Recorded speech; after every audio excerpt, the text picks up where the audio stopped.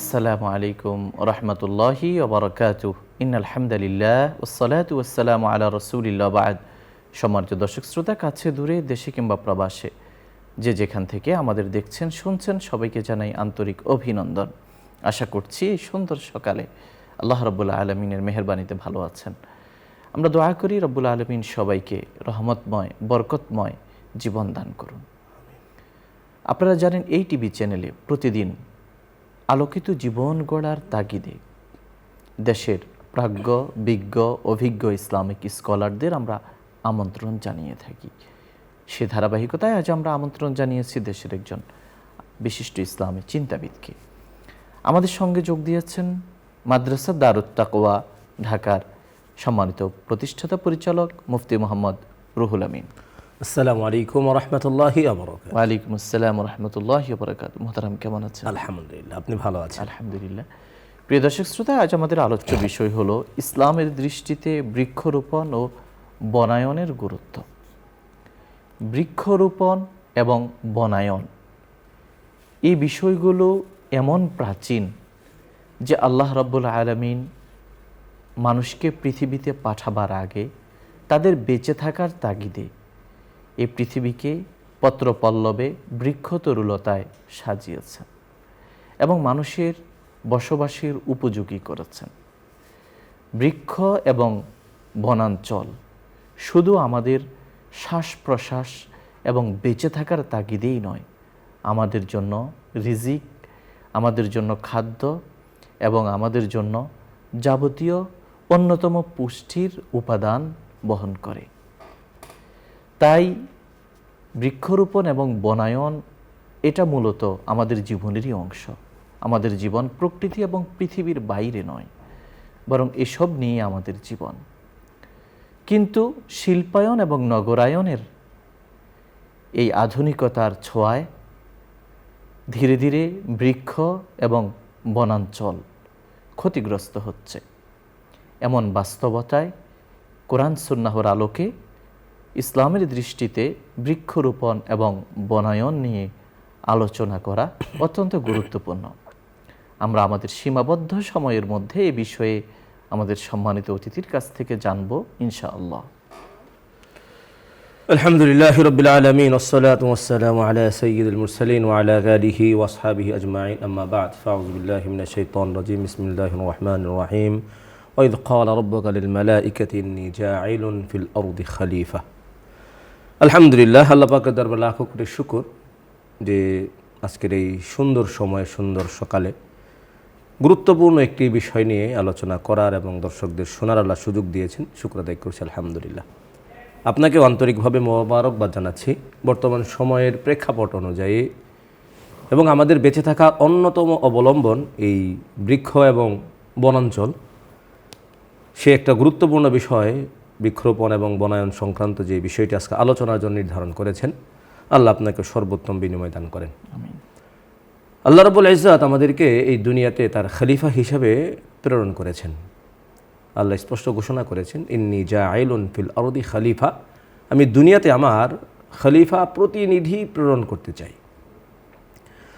মুফাসসিরিন কিরাম এই আয়াতের তাফসিরে স্পষ্ট লিখেছেন। আল্লামা কুরতুবী রাহমাতুল্লাহ থেকে শুরু করে ইবনে কাসির সহ অসংখ্য তাফসির গ্রন্থে স্পষ্ট রয়েছে যে খলিফা হলো যারা আল্লাহর নির্দেশ মেনে দুনিয়াটাকে আল্লাহর হুকুম অনুযায়ী পরিচালনা করবে এবং আল্লাহর যে মাখলুকাতগুলো আছে সবগুলোকে তারা তত্ত্বাবধান করবে। তত্ত্বাবধায়ক হিসেবে আল্লাহ আমাদেরকে দুনিয়াতে পাঠিয়েছেন।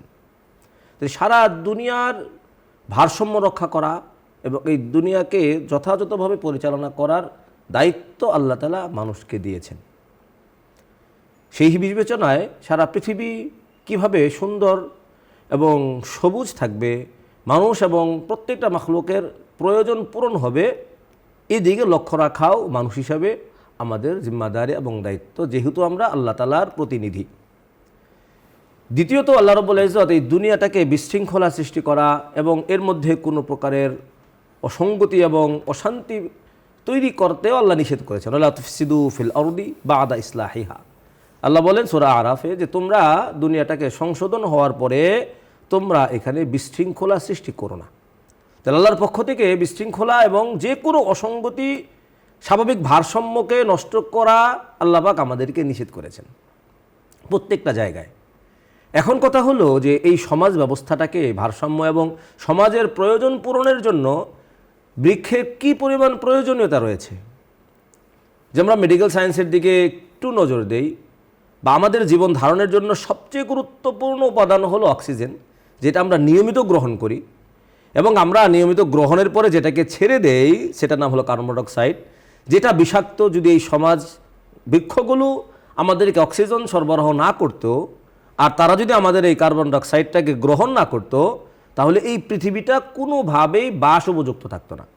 পুরা পৃথিবীটা বিষাক্ত হয়ে আমরা এই পৃথিবীতে শুধু মানুষ নয়, বরঞ্চ যে আল্লাহ পাকের জন্য সৃষ্টি মাখলুক আছে, এই মাখলুকগুলো দুনিয়াতে বেঁচে থাকা তাদের পক্ষে সম্ভব হতো না। সুতরাং এই পৃথিবীর ভারসাম্য ঠিক রাখা, মানুষ হিসেবে আমাদেরকে এই দুনিয়াতে টিকে থাকা, এবং আল্লাহ পাকের যে খেলাফতের জিম্মাদারি এবং প্রতিনিধিত্বের যে দায়িত্ব আল্লাহ দিয়েছেন, সেই দায়িত্ব পূরণ করার জন্য বৃক্ষের অবদান অনস্বীকার্য। আমরা সেটার অবদানকে অস্বীকার করতে পারবো না। যে কারণে আল্লাহ রাব্বুল ইজ্জত প্রিয় নবী সাল্লাল্লাহু আলাইহি ওয়াসাল্লামের মাধ্যমে আমাদেরকে বৃক্ষরোপণের ব্যাপারে বারবার তাকিদ দিয়েছেন, এবং যাতে আমরা কোনো কারণ ছাড়া বনাঞ্চল নষ্ট না করি এবং পৃথিবীকে যাতে সুন্দর রাখার পিছনে চেষ্টা করি, এই ব্যাপারে আমাদেরকে উদ্বুদ্ধ এবং উৎসাহিত করেছেন।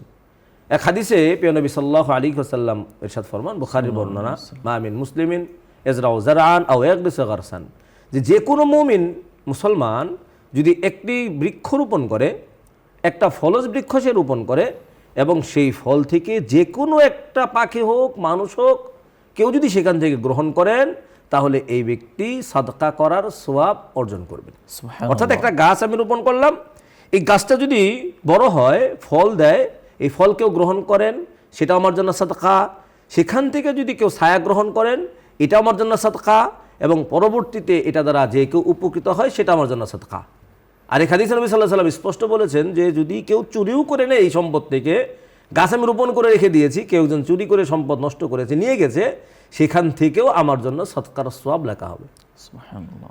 এই ফজিলতের পরে নবী সাল্লাল্লাহু আলাইহি ওয়াসাল্লাম সুস্পষ্ট বলে দিলেন যে একেবারে কিয়ামত সংগঠিত যদি হয়, ওয়াইন কামাত কিয়ামাতুন ওয়াইন কামাতিস সাআ, যদি কিয়ামত সংগঠিত হয়, সন্নিকটে থাকে, এবং তোমার হাতে মাত্র একটা রোপণ করার মতো বৃক্ষের চারা বাকি থাকে, এবং তুমি জানছো যে এটা রোপণ করতে এতটুকু সময় পাওয়া যাবে, যে কিয়ামত সংগঠিত হতে ততটুকু সময় দেরি আছে, নবী বলে ফালিয়াগরিসহা, তাহলে তুমি অবশ্যই সেই গাছটাকে রোপণ করে দেবা।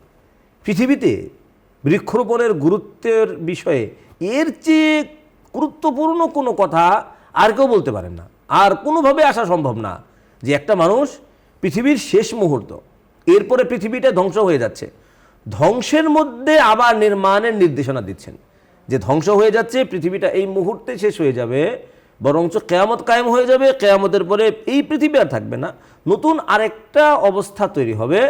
তখন নবী বললেন, তোমার হাতে একটা গাছের চারা যদি থাকে, একটা বৃক্ষের চারা যদি থাকে, তুমি সেটাও কি করো, রোপণ করতে বিলম্ব করবে না। তুমি দেখছো কিয়ামত হয়ে যাচ্ছে। তাহলে এই হাদিস দ্বারা এবং আল্লাহ রাব্বুল ইজ্জতের কোরআনের যে সমস্ত নির্দেশনা সুস্পষ্ট বোঝা যায় যে ইসলাম বৃক্ষরোপণ এবং বনায়নের ব্যাপারে খুব বেশি অত্যাধিক গুরুত্ব দিয়েছেন। শুধু গুরুত্ব দিয়ে শেষ করেন নাই, বরং প্রিয় নবী সাল্লাল্লাহু আলাইহি ওয়াসাল্লাম নিজে আমল করে সাহাবায়ে কেরামকে সাথে নিয়ে দেখিয়েছেন যে কিভাবে বৃক্ষরোপণ করতে হয়, এবং কি নবী সাল্লাল্লাহু আলাইহি ওয়াসাল্লাম নিজ হাতে অসংখ্য গাছ রোপণ করেছেন, অসংখ্য ফলজ বৃক্ষ রোপণ করেছেন, অসংখ্য জায়গায় গাছ নিজ হাতে পরিচর্যা করেছেন, এবং সেই ফলগুলো সেখান থেকে নিজে গ্রহণ করেছেন, অন্যের মধ্যে বন্টন করে দিয়েছেন। এজন্য আমরা নিজেরা যেমন বৃক্ষরোপণের ব্যাপারে খুব বেশি যত্নবান হওয়া চাই, পাশাপাশি আমাদের সন্তানদেরকেও এবং আমার প্রতিবেশীদেরকেও বৃক্ষরোপণের ব্যাপারে উৎসাহিত করা চাই। কারণ আজকে একটা বৃক্ষ যদি আমি রোপণ করি, তাহলে আগামীকাল এটার সুবিধা আমি ভোগ করব, আমার পরবর্তী প্রজন্ম ভোগ করবে। আর যদি আমি নিজের সুবিধার জন্য একটা বৃক্ষ আমি প্রয়োজনে নষ্ট করি, তাহলে সেটার ক্ষতি যেমন আমি ভোগ করব, আমার পরবর্তী প্রজন্মও সেই ক্ষতির সম্মুখীন হবে। সারা পৃথিবী আজকে বিভিন্ন প্রয়োজনে আমাদের বৃক্ষ কাটতে হয়। ঘরবাড়ি নির্মাণের ক্ষেত্রে আমাদের বৃক্ষ কাটতে হবে, আমাদের প্রয়োজন পূরণের জন্য বিভিন্ন ক্ষেত্রে জ্বালানি হিসাবে আমরা বৃক্ষগুলোকে আমরা ব্যবহার করি, প্রয়োজনে আমাদের ব্যবহার করতে হবে, এটা আমাদের স্বাভাবিক প্রয়োজন। সমাজ পরিচালনা করতে গেলে সুন্দরভাবে আমাদেরকে এগুলোর প্রয়োজনীয়তা আছে, এটা আমরা অস্বীকার করতে পারবো না। কিন্তু আমরা যখন একটা বৃক্ষকে আমার প্রয়োজনে কাটতে হবে, আমার প্রয়োজন পূরণের জন্য, অবশ্যই এই বৃক্ষের রিপ্লেসমেন্ট হিসেবে এটা কাটার আগে আমাকে বিকল্প চিন্তাটাও আগে করতে হবে। আজকে আমি একটা কাটলাম, বাস আমরা শুধুমাত্র নিজের চিন্তা আমি করলাম। আজকে আমরা যে সমস্ত ফল ভোগ করি, আমাদের দাদারা সেগুলো রোপণ করে গিয়েছিলেন বিদায় আজকে কিন্তু আমাদের পক্ষে সেখান থেকে ফল গ্রহণ করা সম্ভব হচ্ছে। দীর্ঘ সময় সেই গাছটা আমাদেরকে সার্ভিস দিয়ে যাচ্ছে। আজকে আমি সেটাকে কর্তন করে, সেটাকে কেটে উজাড় করে সেই জায়গায় আমি আমার স্থাপনা নির্মাণ করলাম। কিন্তু আমার পরবর্তী প্রজন্ম খাদ্য গ্রহণ করবে কোন জায়গা থেকে? আমার পরবর্তী প্রজন্ম এই ফলটা গ্রহণ করবে কোন জায়গা থেকে? আমার পরবর্তী প্রজন্মের অক্সিজেনের সার্ভিসটা কোথা থেকে আসবে? আমার পরবর্তী প্রজন্ম সুস্বাস্থ্যের নিশ্চয়তা কোন জায়গা থেকে আসবে? সেগুলো কিন্তু আমাদের প্রত্যেকেই চিন্তা করতে হবে। সুস্বাস্থ্য যদি না থাকে, যদি আমি সুন্দরভাবে চলতে না পারি, অসুস্থ যদি আমার শারীরিক অসুস্থতা থাকে শারীরিক, তাহলে তো আমি আল্লাহ পাকের ইবাদত বন্দেগীও তো মন খুলে করা আমার পক্ষে সম্ভব হবে না। এবং স্বাস্থ্যের ঘাটতির কারণে আমি আল্লাহ রাব্বুল ইজ্জাতের নির্দেশনা, আল্লাহ পাকের যে ইবাদত বন্দেগী এবং যেই সমস্ত আমলগুলো আমার জন্য নির্ধারিত আছে, সেই সমস্ত আমলও যথাযথভাবে আমার পক্ষে করা সম্ভব হবে না। এই জন্য আমাদের প্রত্যেকেরই সচেতন হওয়া চাই, সামাজিকভাবেও একটা সচেতনতা তৈরি করা চাই। এবং এই ক্ষেত্রে আমাদের করণীয় হলো রাষ্ট্রীয়ভাবে, এবং আজকে আলহামদুলিল্লাহ আপনি যেভাবে টিভি প্রোগ্রামের মাধ্যমে আমাদের জাতিকে সচেতন করার চেষ্টা করেছেন, আমাদেরকে উৎসাহিত করছেন এবং মানুষকে এই প্রোগ্রামের মাধ্যমে উৎসাহিত এবং এই কর্মের ব্যাপারে, বৃক্ষরোপণের ব্যাপারে আমরা তাদেরকে একটা উৎসাহিত করছি, ঠিক রাষ্ট্রীয়ভাবেও বৃক্ষরোপণ কর্মসূচি গ্রহণ করা উচিত। আমি বলবো যে যেহেতু এটা একক ব্যক্তিগত প্রবলেম না, বৃক্ষ নিধন বা বন উজাড় করে দেওয়া এগুলো ব্যক্তিগত কোনো প্রবলেম না, বরং এটা একটা রাষ্ট্রীয় প্রবলেম। রাষ্ট্রের পক্ষ থেকেও এই ব্যাপারে সচেতনতা তৈরি এবং পাশাপাশি মানুষকে আপনার বৃক্ষরোপণের ব্যাপারে উদ্বুদ্ধকরণ কর্মসূচি এবং রাষ্ট্রীয় ক্যাম্পেইন এবং ঘরে ঘরে এই ব্যাপারে সচেতনতা পৌঁছে দেওয়ার ব্যবস্থা গ্রহণ করাও জরুরি। যেমন কোরআন হাদিসে এই ব্যাপারে উৎসাহিত করা হয়েছে, ঠিক এটা রাষ্ট্রীয় প্রয়োজন। আমরা কোরআন হাদিসের এই বিষয়গুলোকে সামনে নিয়ে, রাষ্ট্রীয় প্রয়োজনীয়তাকে সামনে নিয়ে, আমার সমাজ ব্যবস্থাপনার প্রয়োজনীয়তাকে সামনে নিয়ে যদি আমরা প্রত্যেকটা ঘরে ঘরে প্রত্যেকটা মানুষের মধ্যে সচেতনতা বৃদ্ধি করতে পারি, তো ইনশাআল্লাহ দেখা যাবে যে আমাদের প্রাকৃতিক দুর্যোগ থেকে শুরু করে অসংখ্য জিনিস থেকে কিন্তু আমরা বেঁচে থাকতে পারবো। এই যে বন্যা সহ বিভিন্ন সময় আমাদের দেশে যে প্রাকৃতিক দুর্যোগগুলো আসে, একটা তো হলো প্রাকৃতিক দুর্যোগ, আমাদের এটা বিশ্বাস যে আল্লাহ রাব্বুল ইজ্জাতের পক্ষ থেকে আসে, এটা আল্লাহ পাকের সিস্টেম, আল্লাহ পাক দিয়ে থাকেন। কিন্তু এই প্রত্যেকটার পিছনে যদি আমরা বৈজ্ঞানিক কিছু কারণ অনুসন্ধান করি, আমরা যদি এটার মূল কারণ কেন হয়, কোথা থেকে আসে, আমরা সে কারণগুলো অনুসন্ধান করি, তাহলে কিন্তু আমরা অন্যতম একটা কারণ আমরা পেয়ে যাব, যেটা আপনার গ্রিন হাউস এফেক্ট, যেটাকে আমরা বলি যে সমাজের যে ভারসাম্য সিস্টেম ব্যবস্থাপনাটা ছিল, যেই বৃক্ষের যে ব্যবস্থাপনা ছিল, আল্লাহ পাক প্রত্যেকটা জিনিসকে কারণেই সৃষ্টি করেছেন। এই পাহাড় পর্বতকে আল্লাহ সৃষ্টি করেছেন, এই যে বৃক্ষগুলোকে আল্লাহ সৃষ্টি করেছেন, সবগুলো কিন্তু একটার সাথে একটা ভার, একটা সমতা রক্ষার ক্ষেত্রে প্রত্যেকটাই তার ভূমিকা পালন করে। আমরা যদি মনে করি একটা পিপিলিকার কী প্রয়োজন, এই পৃথিবীর ভারসাম্য রক্ষার জন্য যতটুকু জিনিস যতটুকু যেভাবে প্রয়োজন, রব্বে কারিম কিন্তু সবগুলোকে সেভাবে সৃষ্টি করেছেন। সবগুলোকে আল্লাহ ভারসাম্যতা রেখেছেন। পাহাড়ের প্রয়োজনীয়তা আছে, সমুদ্রের প্রয়োজনীয়তা আছে, জলের প্রয়োজনীয়তা আছে, স্থলভাগের প্রয়োজনীয়তা আছে। এই সব কিছুর নির্দিষ্ট একটা ভার এবং নির্দিষ্ট একটা লক্ষ্য আছে এবং প্রয়োজনীয়তা আছে। সেগুলো যদি আমরা বিনা প্রয়োজনে কর্তন শুরু করি এবং নিধন করা শুরু করি, তাহলে এই প্রত্যেকটার প্রভাব আরেক জায়গায় গিয়ে পড়বে। এই যে বন্যা, অতিবৃষ্টি, আবার অনাবৃষ্টি, খরা, এই সবগুলো কিন্তু প্রাকৃতিক দুর্যোগের পিছনে বৈজ্ঞানিক একটা কি আছে, বিশ্লেষণ আছে, একটা কারণ আছে। এই সবগুলো কারণের মূলে যদি আমরা গিয়ে দেখি, তাহলে আপনার যে সমস্ত আপনার আবর্জনাগুলো বের হয়ে আসে, ক্ষতিকারক বিষাক্ত পদার্থগুলো আসে, এই সবগুলো আমাদের রাষ্ট্রের উপরে এবং পরিবেশের উপরে ব্যাপক প্রভাব পড়ে। আর এগুলো থেকে বাঁচার ক্ষেত্রে অন্যতম ভূমিকা পালন করে এই বৃক্ষরাজিগুলো। তাদের যেই কার্বন ডাইঅক্সাইডগুলো গ্রহণ করা এবং সুন্দর বাতাসগুলো যেই সরবরাহ করা, এটা কিন্তু অন্যতম বড় ভূমিকা পালন করে। তাহলে আমরা কোরআন হাদিসের দৃষ্টিতে যদিও নাকি এই সবগুলো একটা দুর্যোগ আল্লাহর পক্ষ থেকে দেয়া, কিন্তু বিহাইন্ড অফ দ্য সিন, পিছনেও কিন্তু আরও একটা কি আছে, কারণ আছে। সেই কারণগুলোকে আমরা অস্বীকার করতে পারবো না। এই কারণগুলোকে আমরা অস্বীকার করার কোনো সুযোগ নাই। বিজ্ঞানকে আমরা অস্বীকার করতে পারবো না যদি কোরআন সুন্নাহর সাথে সাংঘর্ষিক না হয়, তাহলে এটা তো কোনোভাবেই সাংঘর্ষিক না। সুতরাং আমাদের সকলের মিলেমিশে এই দেশটাকে সুন্দর করতে হবে, সকলের মিলেমিশেই এই পৃথিবীটাকে বাসযোগ্য করতে হবে, সকলের মিলেমিশেই এই পৃথিবীটাকে থাকার উপযুক্ত রাখতে হবে। উপযুক্ত রাখার অন্যতম মাধ্যম হলো বৃক্ষরোপণ করা এবং বনায়ন ব্যবস্থাপনাকে সুন্দর করা এবং সবাই মিলে সুন্দর একটা পৃথিবী গড়ে তোলা। আশা করছি ইনশাআল্লাহ আমরা যদি সবাই মিলে ধাপে ধাপে একটু একটু করে এগিয়ে আসি, ইনশাআল্লাহ পৃথিবীটা যেমন সুন্দর হবে, আমাদের পরবর্তী প্রজন্ম যেমন সুন্দর থাকবে, আমরাও কিন্তু আল্লাহর কাছ থেকে আমাদের যেটা মূল লক্ষ্য ইবাদত, আল্লাহ পাক আমাদের সৃষ্টির যেটা মূল লক্ষ্য রেখেছেন ইবাদত, আল্লাহর জান্নাত হাসিল করা, আমরা কিন্তু এর মাধ্যমেও অসংখ্য সওয়াব আমরা অর্জন করতে পারবো। এই গাছের ছায়া গ্রহণ করবে, আমরা আখেরাতে গিয়ে দেখবো যে আমার বিশাল বড় সওয়াবের ভান্ডার জমা হয়ে গেছে। এখান থেকে ফল গ্রহণ করবে, জান্নাতে গিয়ে দেখবো যে আমরা বিশাল বড় সওয়াবের ভান্ডার জমা হয়ে গেছে। অর্থাৎ তার মানে এই বৃক্ষরোপণটা এটা জান্নাতেও থাকবে নিঃসন্দেহে। জান্নাতে তো এই যে আমরা একটা সুবহানাল্লাহ বলি, আল্লাহ পাক কিন্তু আমাদের শিখিয়েছেন যে তুমি একটা সুবহানাল্লাহ বললে, এই সুবহানাল্লাহর পরিবর্তে জান্নাতে তোমার জন্য একটা গাছ নির্মাণ করা হবে, মানে তোমার জন্য এটা রোপণ করা হবে। আরেক হাদিসে এসেছে পুরা জান্নাতটা একটা খোলা ময়দান। এই খোলা ময়দানটাকে ভরবে কিভাবে?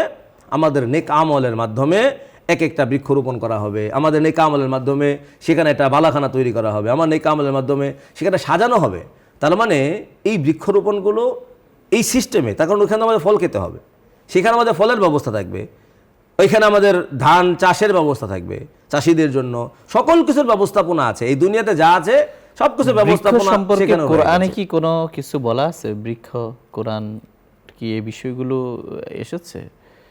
কোরআনে তো অসংখ্য আয়াতে আল্লাহ রাব্বুল ইজ্জত এই বৃক্ষরোপণ এবং এই বৃক্ষ থেকে যেই কাঠগুলো হয়, চাষাবাদ, কাঠ থেকে যে সমস্ত আমরা জ্বালানি তৈরি করি, এই সবগুলো কোরআন আমাদেরকে ধারাবাহিকভাবে শিক্ষা দিয়েছেন। সূরাতুল ওয়াকিয়ায় তো মানে বিস্তারিত লম্বা যে তোমরা যে এই গাছটা থেকে একটা কাঠ সংগ্রহ করো, সেই কাঠটা জ্বালানি হিসেবে তোমরা ব্যবহার করো, এই জ্বালানি হিসেবে ব্যবহার করার জন্য এই কাঠটাকে তোমাদের জন্য কে দিয়েছেন, তোমরা যে খাবার গ্রহণ করো, ফল ফলাদি তোমরা গ্রহণ করছো, এই ফল ফলাদিগুলো তোমাদের জন্য কে দিয়েছেন। এই প্রত্যেকটা অংশে অসংখ্য আয়াতে কারিমা দ্বারা সূরাতুল আরাফে তো বিস্তারিত আলোচনা আছে যে আল্লাহ তাআলা প্রত্যেকটা ফল, প্রত্যেকটা গাছ, এই সবগুলো আল্লাহ তাআলা আমাদের কল্যাণের জন্য, আমাদের উপকারের জন্য বিভিন্ন ফল ফলাদি দিচ্ছেন, গাছ দিচ্ছেন, সব কিছু আল্লাহ পাক আমাদের জন্য তৈরি করছেন। বারবার আমাদেরকে উদ্বুদ্ধ করেছেন এবং এগুলো সংরক্ষণের ব্যাপারে আমাদেরকে বারবার নির্দেশনা দিয়েছেন। বৃক্ষরাজি যে এই পাতা নড়ে, সেগুলো কি বলা হয়ে থাকে যেগুলো আল্লাহর তাসবিহ পড়ে, এই বিষয়টা আপনি কিভাবে দেখেন? এক নম্বর কথা হলো আল্লাহ রাব্বুল ইজ্জত কোরআনে এক আয়াতে বলেছেন যে গাছের একটা পাতা পর্যন্ত আল্লাহর হুকুমের বাহিরে পড়তে পারে, লা তাসকুতু মিন ওয়ারাকাতিন ইল্লা ইয়ালামুহা। যে গাছ থেকে যখন একটা পাতা পড়ে দুনিয়াতে, এই একটা পাতাও আল্লাহ তাআলার হুকুমের বাহিরে কখনো পড়তে পারেন না। আর সারা দুনিয়ার সব মাখলুকাত সর্ব অবস্থা আল্লাহ পাকের তাসবিহ পড়ে এবং আল্লাহ পাকের জিকির এবং স্মরণে তারা সময় কাটায়। যদিও নাকি মানুষ হিসেবে আল্লাহ বলেন যে তোমরা তাদের তাসবিহগুলো বুঝতে পারো না, ওয়ালাকিন লা তাফকাহুনা তাসবিহাহুম। এই যে আমরা আপনার গাছপালা, পশু পাখি যে সবাই আল্লাহর তাসবিহ পাঠ করে, এই আল্লাহর তাসবিহগুলো তাদের পাঠ করার পদ্ধতি আল্লাহর শেখানো পদ্ধতি অনুযায়ী, এটা মানুষের শব্দ দ্বারা আমরা বুঝতে পারি না। তবে আল্লাহ বলেন যে প্রত্যেকটা প্রাণীকুল, প্রত্যেকটা গাছ সব কিছু আল্লাহ পাকের সর্বাবস্থায় তাসবিহরত আছে। এই জন্য একটা গাছের পাতা ছিঁড়ার ব্যাপারেও হাদিসে নিষেধ এসেছে যে তোমরা বিনা প্রয়োজনে, বিনা কারণে তোমরা একটা গাছের পাতাও কি করবে না, নষ্ট করবে না, এবং একটা পাতাও এখান থেকে তোমরা ছিঁড়ে ফেলবে না বিনা প্রয়োজনে। এমনকি হাদিসে এসেছে গাছের পাতা ছিঁড়লে গাছ কষ্ট পর্যন্ত পায়। এটা কিন্তু আবার বিজ্ঞান গবেষণারা দেখেছেন। আগে এক সময় তো উদ্ভিদের যে প্রাণ আছে, বিজ্ঞান এটাকে স্বীকার করতো না, তারা গবেষণা তারা আপডেট করেছে। পরবর্তী তাদের গবেষণা এটি স্পষ্ট এসেছে যে একটা উদ্ভিদ, একটা গাছেরও কি আছে, প্রাণ আছে, যে কারণে তারা বংশবৃদ্ধি করে, তাদের পরবর্তী প্রজন্ম তৈরি হয়। শুকরিয়া, আপনি আমাদের বলছিলেন ইসলামের দৃষ্টিতে বৃক্ষরোপণ ও বনায়নের গুরুত্ব। প্রিয় দর্শক শ্রোতা, আমরা আলোচনাটা শুনছিলাম, উপভোগ করছিলাম, কিন্তু সময়ের সীমাবদ্ধতা থাকায় এখানেই আমাদেরকে শেষ করতে হচ্ছে। তবে যাওয়ার আগে রব্বুল আলামিনের দরগাহে আমরা কায়মান বাক্যে মোনাজাত করব। আসুন আমরা আল্লাহর দরগাহে সম্মিলিতভাবে নিবেদন প্রকাশ করি। আলহামদুলিল্লাহি রাব্বিল আলামিন والصلاة والسلام على أشرف الأنبياء والمرسلين وعلى آله وصحبه أجمعين اللهم لك الحمد كما ينبغي لجلال وجهك وعظيم سلطانك سبحان الله وبحمده سبحان الله العظيم اللهم إنا نسألك بأن لك الحمد لا إله إلا أنت المنان بديع السماوات والأرض يا ذا الجلال والإكرام يا حي يا قيوم يا رب العالمين يا أرحم الراحمين يا أكرم الأكرمين يا أول الأولين يا آخر الآخرين يا ذا القوة المتين يا رحيم المساكين আল্লাহ আমাদের জীবনের সমস্ত গুনাহ খাতা মাফ করে দিন, আমাদের জীবনকে পুত পবিত্র করে দিন, পাপ পঙ্কিলতার দুর্গন্ধ দূর করে দিন। আল্লাহ আমলগুলোকে সঙ্গী বানিয়ে দিন, সব সময় নেক আমল করার প্রতি জজবা, নেক আমল করার প্রতি আল্লাহ অনুরাগ আপনি তৈরি করে দিন। আল্লাহ আপনি আমাদের জীবনের জানা অজানা, ইচ্ছা অনিচ্ছায়, প্রকাশ্যে গোপনে, দিনে রাতে, আলোতে অন্ধকারে করা সগীরা কবিরা গুনাহ মাফ করে দিন। ইয়া রাব্বাল আলামিন আমাদের জীবনকে সুখ সমৃদ্ধ করে দিন, আমাদের হায়াতে বারাকা নসিব করুন। আয় আল্লাহ আমাদের কথা কাজ আমল সতত সর্বত্র আপনার রহমত বরকত দিয়ে ভরপুর করে দিন। আল্লাহ রিজিকের প্রশস্ততা দান করুন। আয় আল্লাহ জীবনের সমস্ত অশান্তি দূর করে দিন। যারা অসুখী তাদেরকে সুখী বানিয়ে দিন, যার যা অভাব সে অভাব গুছিয়ে দিন, যার যে শূন্যতা সেই শূন্যতা দূর করে দিন, সমস্ত ব্যথাগুলোকে আপনি দূর করে দিন। আল্লাহ আল্লাহ আপনার অনেক বান্দাবান্দি জীবনের কঠিন কঠিন সংকটে দিন পার করছেন, অনেকে অসুস্থতা, আল্লাহ বড় বড় কঠিন জটিল রোগে রয়েছেন, আল্লাহ তাদেরকে সুস্থতার নিয়ামত দান করুন। যারা অভাবী তাদের অভাব দূর করে দিন, যারা ঋণগ্রস্ত ঋণ পরিশোধের ব্যবস্থা করে দিন। ইয়া রাব্বাল আলামিন আল্লাহ আল্লাহ আপনি মেহেরবানি করে আমাদের দোষ ত্রুটি ঢেকে দিন, আমাদের মর্যাদা উন্নীত করে দিন। ইয়া রাব্বাল আলামিন আল্লাহ আমাদের অতীত থেকে ভবিষ্যৎ আরো উজ্জ্বল আরো উত্তম করে দিন। ইয়া রাব্বাল আলামিন আল্লাহ আমাদের জন্য খায়রের ফয়সালা করে দিন। যা কিছু কল্যাণ আমাদেরকে দান করুন, যত অকল্যাণ সব আমাদের থেকে দূর করে দিন। আপনার প্রিয় হাবিব সাল্লাল্লাহু আলাইহি সাল্লাম গোটা জীবনে আপনার কাছে যত কল্যাণকর বস্তু চেয়েছেন সমুদয় কল্যাণ আমাদের নসিব করুন। আপনার প্রিয় নবী সাল্লাল্লাহু আলাইহি সাল্লাম গোটা জীবনে যত অকল্যাণ থেকে আপনার কাছে পরিত্রাণ চেয়েছেন সমুদয় অকল্যাণ থেকে আমাদেরকে হেফাজত করুন। আমাদের যাত্রাপথ নিরাপদ করে দিন, আমাদের ঘরবাড়ি শান্তিময় করে দিন, আমাদের দাম্পত্য জীবন সুখময় করে দিন, আমাদের সন্তানাদিকে আমাদের স্বপ্নের মতো বড় করে দিন।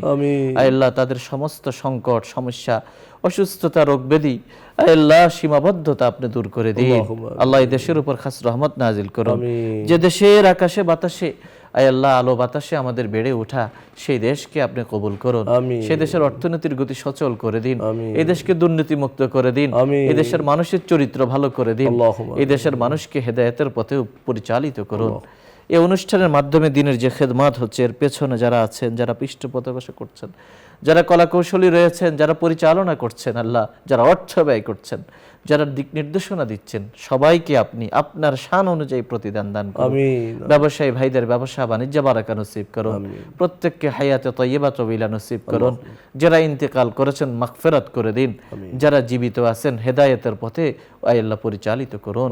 আমাদের জীবনের সব দোয়া আপনি কবুল করুন। সুবহানা রাব্বিকা রাব্বিল ইজ্জাতি আম্মা ইয়াসিফুন, সালামুন আলাল মুরসালিন, আলহামদুলিল্লাহ। প্রিয় দর্শক শ্রোতা, এতক্ষণ ধরে অত্যন্ত ধৈর্য সহ আপনারা শুনছিলেন আপনাদের প্রিয় অনুষ্ঠান আলোকিত প্রতিদিন। আশা করছি আগামী দিনও আপনারা এই অনুষ্ঠান একই সময় উপভোগ করবেন। আমাদের সঙ্গে দেওয়ার জন্য আবারও ধন্যবাদ জানিয়ে আজকের মতো বিদায় নিচ্ছি। ওমা আলাইনা ইল্লাল বালাগ। আসসালামু আলাইকুম ওয়া রাহমাতুল্লাহি ওয়া বারাকাতুহু।